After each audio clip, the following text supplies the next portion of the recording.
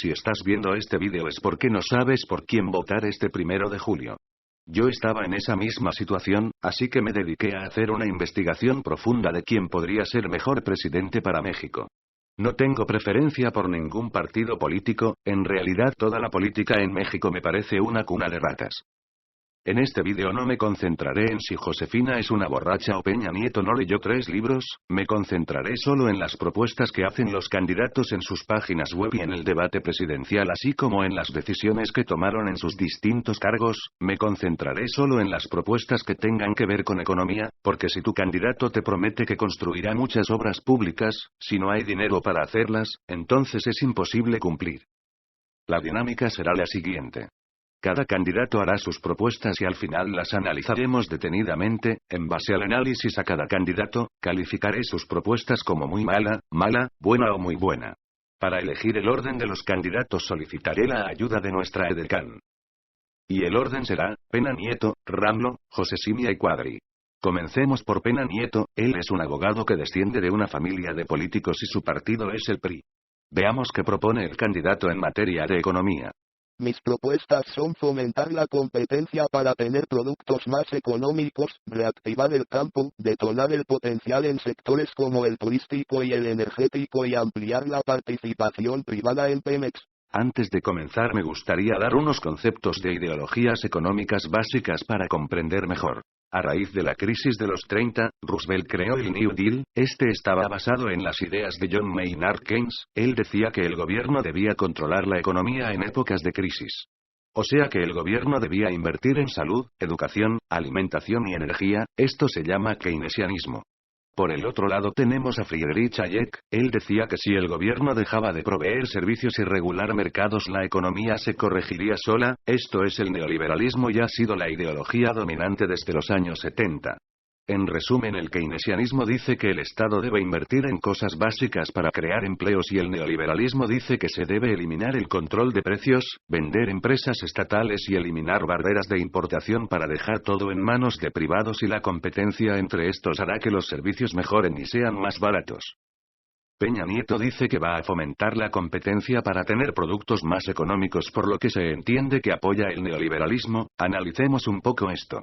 En México el neoliberalismo se está poniendo de moda, anteriormente no había sido muy utilizado fue durante el Tratado de Libre Comercio de Salinas cuando se usó formalmente y los resultados fueron muy malos, la lógica de Salinas era, si quitamos las barreras a la importación y exportación haremos más atractiva la inversión extranjera, porque si una empresa del norte quiere manufacturar en México le saldría más barato y la competencia entre productores mexicanos y extranjeros hará que mejoren los precios, también si unimos a México con Estados Unidos y Canadá, México crecerá a la par de sus vecinos del norte. El problema son las carencias que tiene México en materias como infraestructura, educación y avances tecnológicos, además de que a México se le obliga a quitar subsidios destinados a ayudar a sus industrias mientras que los países industrializados pueden mantener sus subsidios. Aquí está la falla del TLC, si bien la manufactura aumentó en México de $3.000 millones a $240.000 millones, lo cierto es que las toneladas de alimentos importados pasaron de 2.000 toneladas a 11.000 toneladas, porque los productores mexicanos no podían competir con los extranjeros lo que provocó el fenómeno de migración hacia Estados Unidos. Últimamente México ha estado haciendo tratados de libre comercio con quien sea Bolivia, Colombia y Venezuela, Costa Rica, Nicaragua, Chile, Israel, entre otros y con esto las importaciones de México son altísimas. Peña Nieto no dice cómo aumentará la competencia pero deduzco que lo hará firmando más tratados de libre comercio y creo que primero hay que tener un país competitivo para después pensar en competir. Por lo que califico esta medida como mala. También dice que hay que aumentar la competencia en telecomunicaciones, lo cual es algo que urge en México, el problema es que no dice cómo le va a hacer, porque con los privilegios fiscales de los que goza Telmex sería muy difícil que cualquier mexicano cree una empresa y compita con las empresas ya establecidas, por lo que califico esta medida como buena. Otra propuesta es reactivar el campo, esta es una medida indispensable en México, hoy existen 30 millones de inmigrantes en Estados Unidos y Canadá porque en el campo no hay trabajo aparte de que México no tiene soberanía alimentaria e importamos el 42% del total de los alimentos que consumimos. Califico esta medida como muy buena. Otra es detonar el potencial turístico y energético de México. Lo del potencial energético imagino que es apoyar la reforma energética, y del potencial turístico pues suena bien, pero como no sustenta sus propuestas con ideas pues las tendré que omitir sin dar veredicto. La última es ampliar la participación privada en Pemex. Pemex es parte fundamental de México, es casi la mitad del dinero que entra al país. Si tú tomas un peso, 40 centavos de ese peso vienen de Pemex. Es una empresa que ganó 52.58 billones de dólares el año pasado. Si tú cedes la mitad de Pemex, que tiene ganancias del 1329%, entonces te quedas con 664% de la ganancia que antes tenías. Por lo que califico esta medida como muy mala. Pasemos con nuestro segundo candidato. Él es Ramlo, él estudió politología, viene de una familia de comerciantes y su partido es el PRD XD. Veamos las propuestas en materia de economía. Mis propuestas son: acabar con los privilegios fiscales, dar subsidios a las gasolinas, el diésel, el gas y la luz, apoyar al campo y evitar comprar alimentos en el extranjero, modernizar a Pemex y construir refinerías. Analicemos la primera, que es terminar con los privilegios fiscales.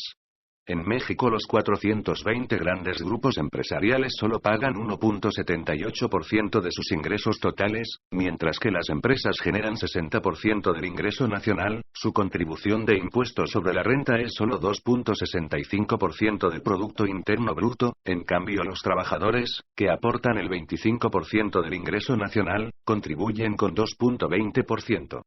O sea que los impuestos son desiguales, y esto contribuye a los monopolios. Imagina que yo quiero hacer una empresa pero compito contra una que está en el régimen de excepción fiscal, entonces yo no puedo competir porque pago muchos más impuestos y eso repercute en el costo final de mi producto. Por lo tanto, abolir los privilegios fiscales es abolir los monopolios. Considero esta propuesta como muy buena. La segunda es dar subsidios a productos básicos. Para entender mejor esto, imagina que yo tengo una fábrica de chicles y compito con productores estadounidenses bajo un tratado de libre comercio, por lo que el precio a la venta de mi chicle y la competencia es más o menos el mismo. Ahora, para fabricar el chicle necesito usar gas y electricidad, y para transportarlo necesito gasolina. Si estos servicios están subsidiados, entonces el precio final de mi chicle es menor y puedo competir con el productor estadounidense. Lo que él propone no es nada nuevo, de hecho China lo hace todo el tiempo. Ellos ayudan con subsidios de hasta el 11% y por eso son tan competitivos. Existe una regla básica del capitalismo y es que los pobres no sirven porque los pobres no compran. Para una economía de materiales es básico que la gente pueda comprar y el dinero cambie de manos lo más rápido posible, por lo que si los servicios básicos están subsidiados la gente tiene más dinero para gastar. Imagina que tú ganas 100 pesos y de esos 100, 20 se van en productos básicos. Ahora imagina que las cosas básicas están subsidiadas y de esos 100 pesos solo gastas 10 en productos básicos, por lo que ahora tienes 90 pesos para poder comprar mis chicles, y si yo gano más entonces te puedo comprar más a ti de lo que tú haces. Califico esta medida como buena a secas porque hay que ver de qué manera la implanta. Está bien que los alimentos sean más baratos para que nadie deje de comer porque no tiene dinero para una comida, pero tampoco quiero pagarle de mis impuestos la luz a cualquier güey. La tercera propuesta es modernizar el campo. Esta medida, como ya había dicho antes, es indispensable, por lo que la califico como muy buena, pero el PG aquí agrega algo y es que dice que hay que dejar de comprar alimentos en el exterior. Esto generaría más empleos y reduciría el número de importaciones mexicanas. La cuarta es modernizar a Pemex y construir refinerías. Si bien es cierto que no es bueno dejar a Pemex en manos extranjeras, también es cierto que Pemex no va del todo bien y necesita inversión en materia de tecnología y exploración. Lo de construir refinerías es algo fundamental porque la gasolina es algo que todos ocupamos y si viene de otros países entonces genera importación y aumenta el déficit. Calderón prometió construir una refinería en 2008, pero el huevón no ha construido ni siquiera la barda. Califico esta medida como muy buena. Nuestra siguiente candidata es Josefina Vázquez Mota. Ella es economista. Veamos qué propone la candidata. Yo propongo continuar con las políticas económicas de los últimos 2 sexenios para continuar con la estabilidad económica, reconstruir Pemex usando las mismas estrategias de Brasil, fomentar la banca de desarrollo para apoyar a pequeñas y medianas empresas, apoyar el turismo con inversión en infraestructura aeroportuaria, marina y portuaria. Por lo de continuar las políticas económicas se entiende que es seguir con las privatizaciones y esto es malo porque aumenta el déficit. Para comprender qué es el déficit. Imaginen que por cada peso que gana México, gasta 2, o sea gasta más de lo que gana, la diferencia entre lo que gana y lo que gasta se conoce como déficit. Ahora para completar el dinero que le falta, México pide dinero prestado a otro país o a otra persona, después le paga y listo, todos contentos. Bueno, la verdad es que no es tan fácil. Imagina que un chino le compró deuda a México y le prestó el peso que le hacía falta, entonces sacó el equivalente a un peso de su país y se lo dio a México, o sea que momentáneamente China se volvió el equivalente a un peso más pobre y México se volvió un peso más rico. Ahora imagina un kilo de una fruta, cuando es temporada de esa fruta se vuelve más barata porque es más abundante, asimismo sucede con el dinero, su valor se traza en función de su abundancia, entonces si hay más pesos, cada peso vale menos, o sea que no es que las cosas se vuelvan más caras sino que tu dinero vale menos y esto se llama inflación. Bueno, volviendo con lo de Josefina, la propuesta se me hace mala porque las privatizaciones se hacen con transnacionales extranjeras. Por ejemplo, el caso de Comisión Federal de Electricidad en el que el 40% de la electricidad que consumimos la producen transnacionales españolas, y es malo porque nuestro dinero sale de México y se va a España, y eso aumenta el déficit y por lo tanto la deuda. Si la privatizaran pero con empresas mexicanas entonces el dinero se quedaría en México, pero las privatizaciones siempre son con empresas texanas y españolas. Y bueno, eso de la estabilidad económica de México, pues nada más hace falta que pienses cuánto costaban las cosas antes y cuánto cuestan ahora, y ese es el drama de México, que así como subieron de precio las cosas lo lógico es que los salarios aumentaran, pero no es así, los salarios son los mismos pero los artículos ahora son más caros. Está claro que hay que cambiar la política económica por lo que califico la propuesta como muy mala. Reconstruir Pemex usando las mismas estrategias de Brasil. Veamos, Brasil privatizó su petróleo y la nación se quedó con 64% de participación de Petrobras. El problema aquí es que no encuentro por ningún lado qué porcentaje de Pemex pertenece a la nación y qué porcentaje se cedió a privados, pero bueno, supongamos que la privatización nunca se hizo y México es el dueño del 100% de Pemex, entonces veamos los números. Petrobras produjo 2.583 millones de barriles diarios y Pemex 2.58 millones de barriles diarios, o sea que Petrobras es un poco más eficiente que Pemex, pero ahora veamos las ganancias. Petrobras tuvo ganancias brutas de 46.5 billones de dólares y las ganancias brutas de Pemex fueron 52.58 billones de dólares, o sea que produciendo casi la misma cantidad de petróleo Pemex ganó 13% más ingresos brutos que Petrobras, y esos ingresos son, o fueron, 100% de la nación, mientras que el pueblo de Brasil se quedó solo con 29.76 billones de dólares, México se quedó con los 52.58 billones de dólares completitos para la nación. En resumen, que Brasil haya privatizado su petróleo no quiere decir que el pueblo haya ganado más, además si Pemex cede la mitad a privados entonces para que México siga ganando lo que antes ganaba tendría que extraer petróleo el doble de rápido, o sea 5.166 millones de barriles diarios, y si se extrae petróleo el doble de rápido, eso significaría que el petróleo se acabaría el doble de rápido y yo creo que hay que explotar el petróleo con mesura. Califico esta medida como muy mala. La tercera es fomentar la banca de desarrollo para apoyar a pequeñas y medianas empresas. El gobierno de Calderón puede ser muy cuestionable, pero hay que reconocer que los créditos a las empresas han sido muchos y muy buenos, además que cuando prestan dinero a una empresa para que ésta crezca el gobierno toma cierto porcentaje de participación de la misma empresa, por lo que cuando la empresa gane dinero parte de esa ganancia se va para los mexicanos y no solo para el empresario, por lo que, aparte de pagar impuestos, México gana junto con los proyectos que financió. Por lo que califico esta medida como muy buena. La cuarta es apoyar el turismo con inversión en infraestructura aeroportuaria, marina y portuaria. Lo cual ayudaría, aparte de mejorar el turismo, a exportar productos más fácilmente. Esta medida la califico como buena porque hay que ver de qué manera es aplicada. Antes de continuar con nuestro próximo candidato quisiera contar un chiste para aliviar la tensión. El presidente está haciendo visitas a las escuelas y cárceles para ver en qué condiciones se encuentran. Primero visita una escuela y el director le enseña las carencias que sufren y le pide dinero al presidente. El presidente le contesta que de momento hay una crisis económica y no hay dinero. Luego el presidente visita una cárcel y el director le dice que necesitan televisiones y computadoras con internet para los reclusos. Entonces el presidente le da dinero para que compre las computadoras y televisiones. El secretario del presidente se asombra y pregunta al presidente cómo es posible que haya dado dinero para los criminales pero no haya querido dar dinero para las escuelas, y el presidente contesta: mira, es muy probable que nunca volvamos a la escuela, pero a la cárcel quién sabe. Ahora sí, nuestro siguiente candidato es Quadri. Yo propongo eliminar barreras a la entrada y a la competencia, transformar a Pemex en Pemex S.A., una empresa con acciones en bolsa adquiridas por inversionistas privados, eliminar la gran dependencia de los ingresos del Estado hacia Pemex, agricultura y ganadería modernas, productivas y sustentables. Veamos la primera, que es prácticamente eliminar las barreras de importación. Para analizar la que les parece si tomamos como ejemplo la crisis de techo de deuda de Estados Unidos. Recuerdan que cuando un país le presta al otro, la moneda del país al que le prestaron reduce su valor, pues la moneda del país que prestó se vuelve más valiosa porque es menos abundante.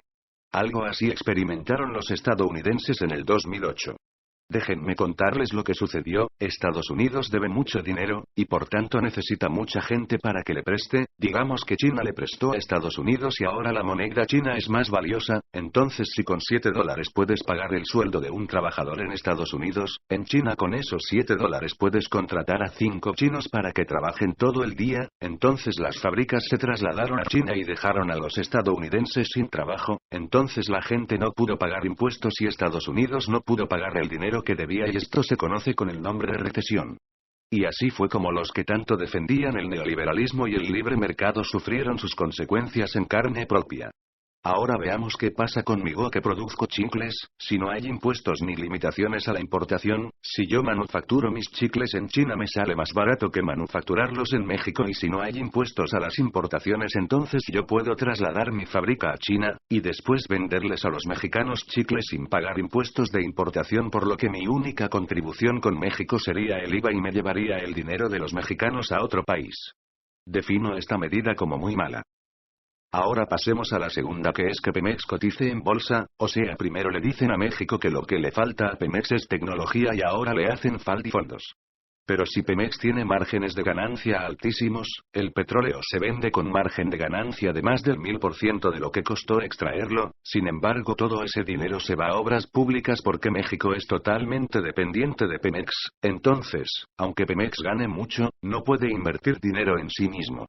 Aquí hay un problema. Para mí la solución no sería que Pemex cotizara en bolsa porque eso sería compartir ganancias billonarias con privados, pero esta medida no la calificaré porque debe ser sometida a un estudio muy minucioso que yo no soy capaz de hacer. Mejor coloca en los comentarios a ti qué te parecería. Aunque la siguiente propuesta de Quadri podría ser muy buena para solucionar este problema. Y es que México no dependa tanto de las ganancias de Pemex, aunque lo cierto es que generar $50 billones en un año no es cosa fácil. Yo creo que el crecimiento económico de México debe de venir del dinero de Pemex, ya que de momento el país no cuenta con la infraestructura ni la tecnología para producir tal cantidad de dinero. Calificaré esta propuesta como buena, porque aunque es muy necesaria, llevarla a cabo no me Quadri, jajaja xd. Otra es invertir en agricultura y ganadería, lo cual, como ya había dicho, es una medida muy buena, pero él dice algo más. Él dice que debe ser sustentable, lo cual sería mucho mejor. Por último, analicemos las diferentes doctrinas económicas que compiten por la presidencia de México. Por un lado tenemos a Peña Nieto, Vázquez Mota y Quadri defendiendo el neoliberalismo y a López Obrador defendiendo el keynesianismo, y para eso aprendamos de la historia. El primer régimen neoliberal fue el creado por Pinochet en Chile, donde apoyado por el presidente Nixon, dio un golpe de estado e instauró una dictadura militar. Pinochet privatizó 212 industrias, 66 bancos y retiró las barreras de importación. Después de un año de que Pinochet tomara el poder, la inflación ya era del 365% anual, el desempleo en Chile antes de Pinochet era del 4.3% y 10 años después de la implantación del libre mercado el desempleo era ya del 20% y los salarios promedio habían bajado 40%, mientras tanto un par de especuladores se habían hecho millonarios de la noche a la mañana. Otro ejemplo es el de Rusia, en el que los malos tiempos que había dejado el comunismo hicieron que Boris Yeltsin, con ayuda del fiestero de Bill Clinton, impusieran el neoliberalismo, privatizaron los ferrocarriles, el gas, los teléfonos, el agua, la electricidad, los bancos, el petróleo, las aerolíneas y la industria minera. Para 1998 el 80% de las granjas estaban en bancarrota y el número de pobres subió 72 millones, y simultáneamente la capital de Rusia se convirtió en la ciudad con más multimillonarios en el mundo. Ahora veamos la otra cara de la moneda. Margaret Thatcher en Reino Unido empleó el libre mercado y redujo el desempleo 4%, antes de Thatcher un directivo ganaba 10 veces más que un trabajador promedio, para 2007 ganaba 200 veces más. Ronald Reagan también aplicó el libre mercado en Estados Unidos, antes de que lo hiciera, un directivo promedio ganaba 43 veces más que un trabajador promedio y para 2005 ganaba 400 veces más. Lo cual demuestra que el neoliberalismo es bueno para países con gran desarrollo, mientras que los menos desarrollados lo único que hace es aumentar la diferencia entre la clase alta y la clase baja, sin una clase media estable. Llevando lo aprendido a la situación de México, la verdad es que si se sigue con las privatizaciones el resultado es incierto, todo depende de qué tan listo para la competencia esté México. Por el otro lado tenemos el keynesianismo del PG. Cuando Pinochet se dio cuenta del fracaso del neoliberalismo, comenzó un programa de creación de empleos y de reestatización de empresas, o sea, lo contrario a una privatización, y Chile poco a poco comenzó a salir de su situación. Lo mismo sucedió en la depresión de los 30, que aunque duró hasta pasada la Segunda Guerra Mundial, demostró que, aunque no crece tan rápido como el neoliberalismo, sí crea una clase media estable, sin tantos ricos ni tantos pobres.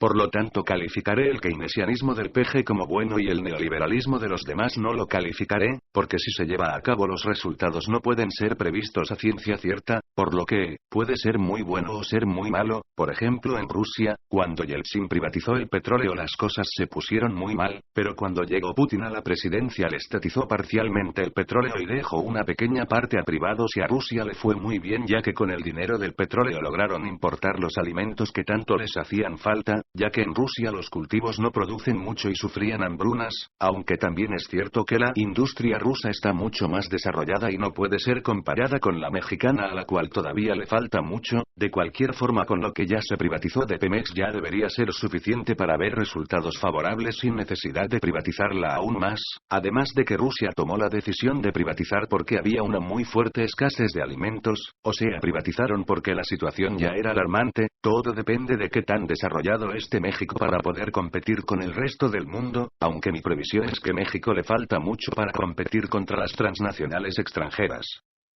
Incluso en Inglaterra se reconoce que el neoliberalismo ya va de salida y el mundo va hacia una reestatización. Hoy en día el 90% del petróleo del mundo regresa a manos estatales, el caso por ejemplo de la expropiación de Repsol y YPF, en la que Argentina estatizó su petróleo, o el caso de bancos privados que son rescatados con el dinero ciudadano. Esto se ha visto últimamente mucho por televisión. Por ejemplo, la crisis crediticia española tiene que ver con una privatización masiva del suelo.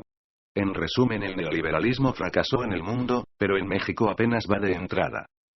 Ahora yo quiero contar un chiste. Van los 4 candidatos a la presidencia en un avión. Si el avión se cae, ¿quién se salva? Pues México, jajajaja, XD. Entonces voten por quien ustedes quieran siempre y cuando sus argumentos no sean: es que Peña Nieto está bien guapo, el PG es como Hugo Chávez, o Josefina es en realidad un simio, no un ser humano. Si piensas que Obrador es socialista o un dictador, te recomendaría que dejaras de ver tantas películas de Rambo y mejor consiguieras un buen libro de historia universal. Que alguien instaure una dictadura militar tan cerca de Estados Unidos es virtualmente imposible, además no hay sustentos para compararlo. Yo no elijo a mi presidente por si tiene buen estado de salud, puso un pantón en Reforma o si robó mucho o no. Finalmente todos sabemos que todos son igual de rateros. En esas cosas se fijan las viejas de azotea y los pendejos para elegir presidente. Yo elijo al presidente por los factores geopolíticos mundiales y las ideologías económicas que defienden. En realidad, cuando votas por un candidato, estás votando por el destino del petróleo, ahí se define todo. Si a mí me preguntaran por quién votaría en este momento, yo contestaría por el PG. Si el PG no existiera, yo votaría por Quadri porque tiene ciertas propuestas ecológicas que me agradan, aunque apoya el neoliberalismo, y si Quadri no existiera pensaría en anular mi voto, pero esa es mi decisión personal, ustedes hagan la suya como quieran. Tal vez algún día nosotros mismos seamos los que votemos las acciones del gobierno a través de Internet, eso sería muy bueno, pero mientras eso sucede, vota inteligentemente, ni modo nos tocaron estos pendejos y hay que elegir a uno.